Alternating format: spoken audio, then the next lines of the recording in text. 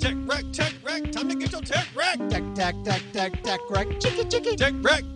Time to get your tech wreck. Okay, Adam, it is tech wreck time. What do you have for us this week?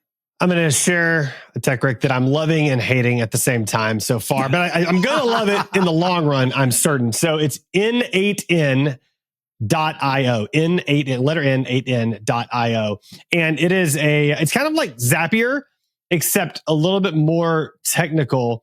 And they just introduced AI agents. And so basically you can go in and build an AI agent. And what you can do is you could say, when I do this chat input, I want you to connect to my OpenAI API account.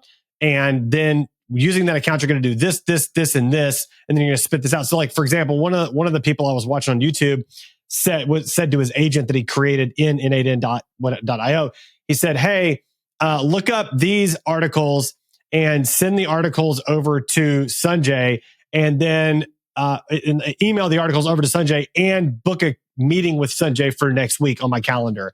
And the agent was able to do all three of those tasks completely on its own without any more input from the user whatsoever. And so that's kind of the level of AI agent we're getting to, where you can legitimately have kind of an Iron Man Jasper that's sort of like, hey, go do this, and this, and schedule this for me, and it'll just go off and do it. And so I know OpenAI is coming out with agents themselves, but that's not been released to the public yet. So N8N.io is a way to sort of jumpstart that yourself and kind of start doing things, which is kind of cool. Yeah. So that's cool. By the way, you said Jasper, Iron Man. It's Jarvis. That's right. Jarvis. That's right. And, yes. And the reason why that is top of mind for me, I recently did a tech rec. This will be a bonus tech rec here on the voice assistant for Home Assistant. Okay. The device. I got the device. Okay. And one of the three keywords that you can use is "Hey Jarvis." What? No, yeah. That's amazing. I love it. So that's one of the three names. It's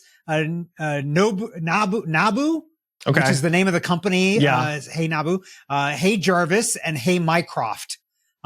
Mycroft to me was just too Mycroft? weird. Nabu was no. Nabu. And so Jarvis I went with. I kind of like Nabu. It's kind of a fun name. It's kind of a Nabu. Isn't that the planet on Naboo? Naboo is from Star. Yeah, it's from Star Wars. Yeah, Queen Amidala from Naboo. I think what's she from Naboo? I feel like that's right. Yeah, I think that's right. That's right. Yeah. So there you go. All right. What's your tech rec for the week? So I've got we're talking about TikTok. This is a different kind of talk. It's WikiTalk. WikiTalk. So I found this in an article. We were going to have this in the lineup, but I took the article out. Yeah, you can read the article in the show notes. Okay. We've linked to it as well. But WikiTalk is basically somebody has built a front end for Wikipedia to make Wikipedia look like TikTok, and you can just scroll random articles doing that. And I got to say, it's kind of fun to do that on the phone if you have some time to kill. And this way you're learning stuff while you're scrolling stuff. So it's kind of neat. I want a video version of that though. Like that's the thing is like, I don't want a reading version. I like the idea of an app where you're learning, learning is the primary thing, but that you're flipping through vertical videos learning, somebody actually teaching you, which would be kind of great. Yeah. I mean, I think TikTok could potentially be used for that if you grab the right hashtag or whatever else. But the problem with TikTok is that you're never going to log in and do that. You're going to be entertained. You're not going to go and like, let me get the right hashtag for this education thing. You're going to like, but if you had a different app, maybe an app you could do it with. So maybe we need to start a new social media network where it's like the videos that you supply can only be educational. You have to learn something.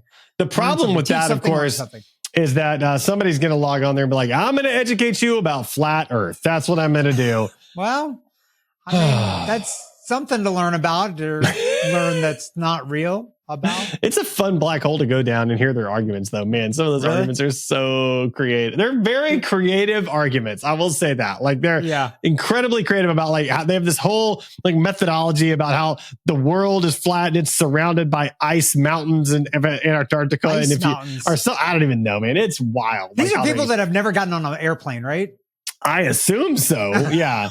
I mean, listen, once you are willing to deny that the earth is round, so we've gone back how many hundreds of years by that point in our knowledge, once you're willing to do that, I kind of feel like you're kind of willing to like give up on any degree of truth. You definitely have to believe in Sasquatch and the Loch Ness monster. Yeah. You got to believe in Area 51 and alien probing and all that stuff. Like clearly, that's obvious. believe Area 51 is a place. Well, it's a place, yeah. But I mean, like you got to hardcore buy into all of it at that point. That's all. That's my theory. So I'm sure that's going to make somebody mad, but it is. Yeah, they're probably not Tech Talk Y'all listeners. So it's true.